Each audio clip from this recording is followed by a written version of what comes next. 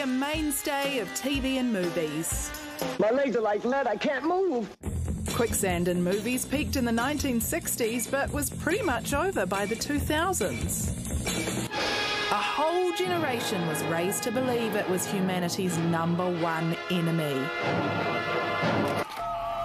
Every now and then, though, quicksand rears its head in real life. This weekend in Timaru, Mick Rose's dog had to be rescued.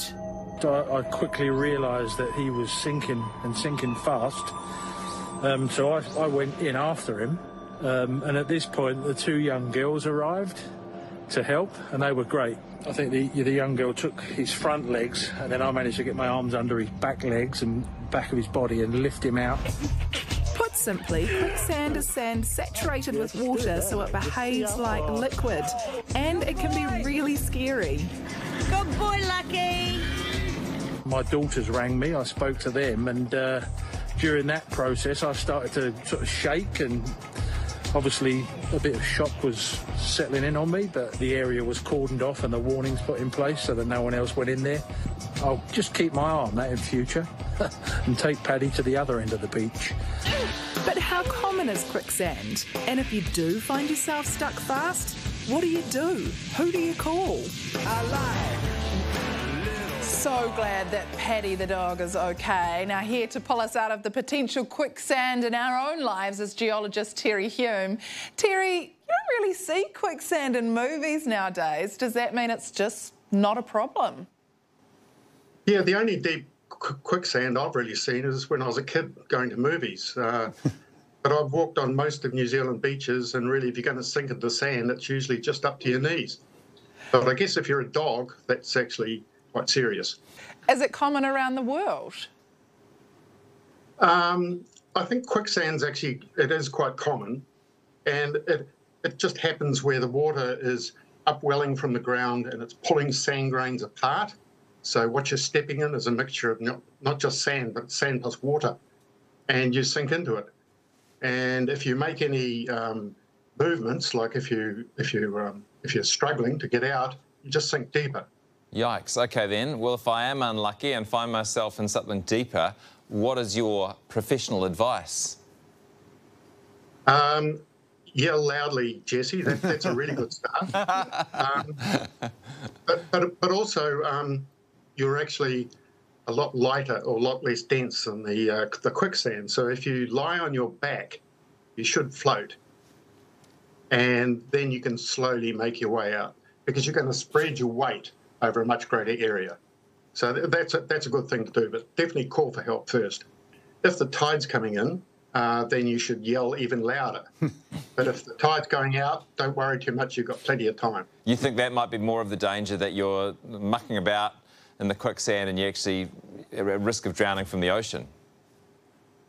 Yes, that's right. Yeah, and I think people who get stuck in mud, for instance, it's a similar sort of a thing. I think in the case of the dog in Timaru, where that had occurred, it was on the side of a stream.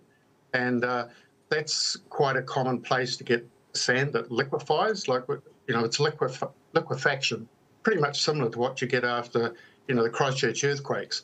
It shook the ground, water comes up, and it pushes those sand grains apart. It's all less dense, and you just sink into it under the weight of your own body. So quicksand doesn't suck. That's a misnomer. It's the weight of your body that takes you down.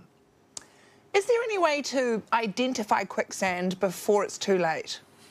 A simple thing to do is to just poke a stick into that area, and if it goes into the ground really easily, it's soft, and it's probably quicksand, and steer clear of that area.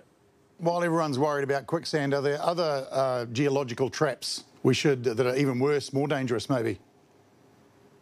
Well, cliffs is quite a dangerous one. Off a cliff into the quicksand. Exactly, yeah. Just make sure you yell loudly on the way down. Great. Yeah. Oh, Terry, it's been very educational. Thank you so much for your time tonight. Oh, that's fine, Jesse. Good night. Hi guys, welcome to the Project on Thursday night, and look, comedian Kura Forrest is here. Hello. Thanks for having me. I had a real reaction seeing that word quicksand, because when I was growing up, it was a go-to in a lot of I remember Lassie, Timmy got stuck in the quicksand. Yeah. When they needed something dangerous, it was the enemy. It was really. Growing up at that time in New Zealand, you assumed around 40% of human deaths were caused by quicksand. Yeah. Like cancer, quicksand, then heart disease. I am freaking out that Quicksand is making a comeback. Never-ending story. Oh, the horse. Artex, the horse, in that swampy thing. Right. Tell you what, though, I think kids these days are going to be more worried about sinkholes, though, right? That's the new danger. Yeah. You've got to avoid Parnell, kids. There's a sinkhole. That's good advice anyway. You know what the kids of Parnell could do, which is something that I used to protect myself from childhood quicksand danger, is I just walked around with a large stick. Oh, yeah. Now, the idea was that when I sunk into the hole, I would arrange the stick thusly over the top of the hole, the well that I'd fallen, and I would be able to pull myself out. Smart. So if you see a bunch of Parnell kids running around with branches, that's what they're up to. Well, I did enjoy that interview, and if there's one thing I'll take away from it, it's that quicksand doesn't suck.